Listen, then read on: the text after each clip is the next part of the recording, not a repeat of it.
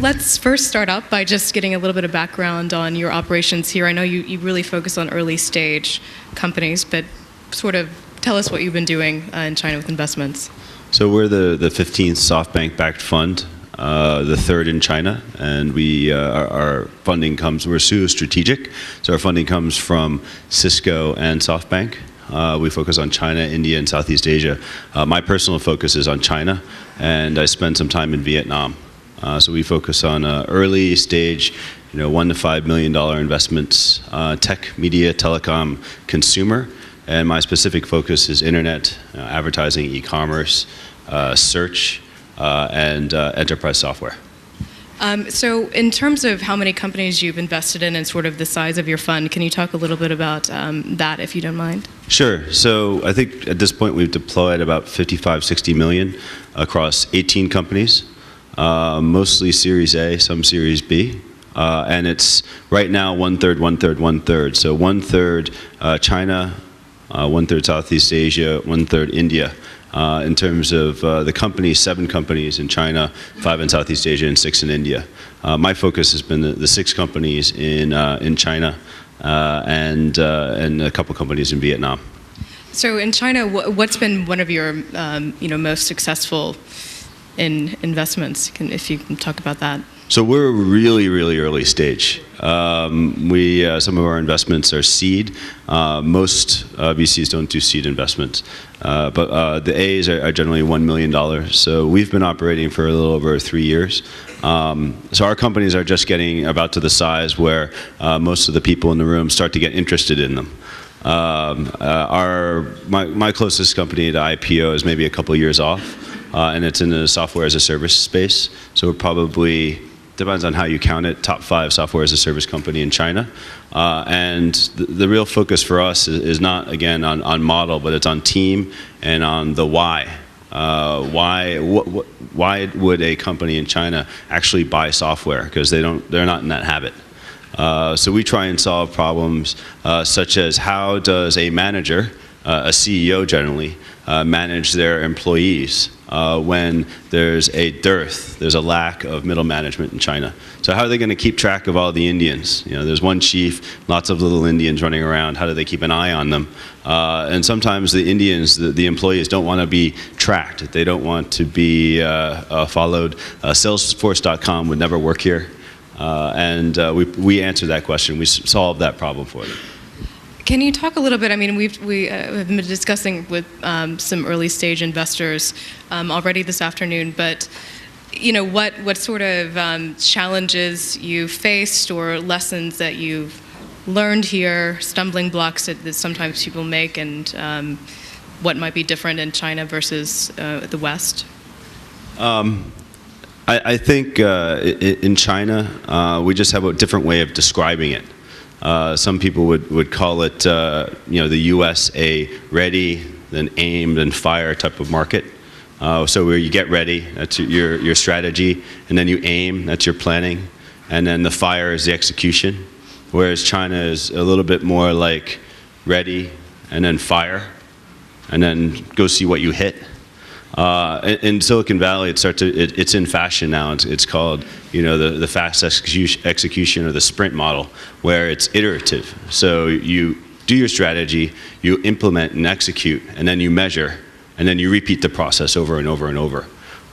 So they're the same strategies, but the branding is different. I think we're getting to the same place, though. In terms of fundraising in China, how is it different, perhaps, than elsewhere? What's your experience been like? Well, we have 2 LPs, SoftBank and Cisco. So I'm probably not the best person to ask because they gave us the money. I haven't done fundraising, so I'll find out soon enough. So let me ask you then a little bit about your opinion on R&D funds here.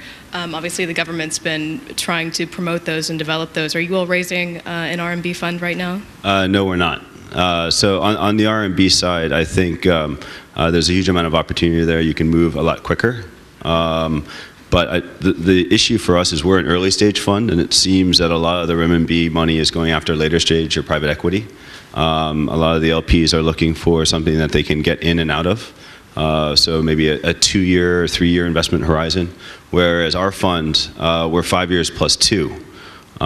So most of the LPs that I've talked to casually, not in a fundraising environment, but casually, are not so interested in waiting 7 years to get their money back. I see. And also, I mean, can you sort of gauge, obviously there are a lot of people here today who are interested in coming to China from the West. I mean, is there sort of a change happening right now in terms of, the Silicon Valley investors? Obviously, a lot of people are already here, but what's your sense of investment interest and how that might be changing in China right now? Yeah, I think Carrie and the previous speaker had it right, where to be successful in China, you have to be here, you have to be independent. You can't be, most of the global funds who try and cover the entire globe with partners located not locally, but U.S. trying to cover China, they're not as successful. But for investors coming here, I would look at the market this way. In the U.S., you've got this battle raging right now between kind of the open internet with Google on one side and sort of the closed internet with Facebook on the other side, a bit of a walled garden. Whereas China is a little bit more like Facebook. So you have lots and lots of large companies, large portals who are, in a sense, walled gardens. And so it's a less open internet here. So the opportunities I see now for the Silicon Valley folks or the East Coast folks to come over are guys that have an expertise in driving business models that can open closed models. So how do you make money out of a Facebook? How do you make money on e-commerce when you've got a pretty closed sandbox? For example, in the US, Google, a consumer will do figure out what they want to buy, and then they'll do a search, and then they'll buy it on a site. Whereas here, they'll think about buying something, and then they'll go to a site, and then they'll do a search. Now this is opening up now. There's a lot of e-commerce companies that are opening up now. The expertise is how do you draw traffic and purchasers from all around the internet into e-commerce. And that's an area where I think some of the people in the US can teach the folks here a thing or two. All right, and let's see. I guess sort of moving forward this year, what do you think are going to be some of the sort of hottest areas that you're looking at for investment? Okay, well, as with most markets in the US and in China, you've got a few players. You've got the media players, you've got the big brands out there, and you've got the internet players. And there are 3 different subcultures. There are 3 different groups of people that speak different languages. So I think arbitraging those 3 groups, sitting in the middle and trying to help them translate between each other is an area of big opportunity.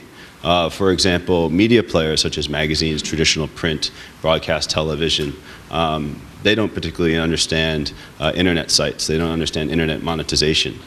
And the brand sites, well, they might understand how to advertise on a magazine or how to advertise on CNN, but they're not so sure on how to monetize their content, their platform, their users on an internet platform. So I think that's an area where I'm focused, specifically analytics, measurement, tracking, and lead generation. So one of my companies that I'm very much focused on does behavioral targeting. In the US and much of Europe, you've got a lot of privacy concerns. There's some laws that kind of get in the way of tracking. Here, things are a little bit more open to tracking. So we track everything, and then we can monetize that. We can help companies monetize. So that's my area of focus, helping e-commerce companies make more money. Finally, we sort of touched upon this in a previous interview, but the government here has been very sort of promoting foreign investment. However, there are obviously some stumbling blocks within that area. Coming here with sort of a global fund, I mean, how do you approach this? How do you see things sort of moving forward when it comes to dealing with kind of the local culture and government regulation? I try and stay as far away from government regulation as I can. So I tend to try and invest in companies which skirt or play outside of the government sandbox. Unfortunately, it's very, very, very difficult. And a lot of the opportunity is in and around sectors where there's considerable regulation. So far, we have tried to skirt the regulatory areas, for example, finance, banking, credit cards, and in that particular area, we got burned. But other areas like telecom, we've seen some success. So I think it's a balance between risk and reward. The idea is to find an opportunity where you're on the right side of what can be a very gray area. And how do you recommend doing that? Cautiously. Mm-hmm. All right. But I mean, do you see with foreign funds coming here, is that sort of being, is there a way to work within that system? I mean, obviously, we've seen some, kind of major examples recently of companies that can't necessarily deal here. That's why you invest in a fund instead of putting all your money into one basket. So we've done 18 investments, and we know that we're going to lose some. In fact, we lost one to a regulatory issue. But that's why you have the other 17. So I think there's risk management there. Now within a particular industry or with a particular company, it really comes down to risk reward. Is the opportunity, does that opportunity justify the risk? And based on our understanding of the regulations as they are today, is this a educated risk? But things change, so we do our best. All right. Anything else you'd like to add? No, thanks. All right. Thanks so much.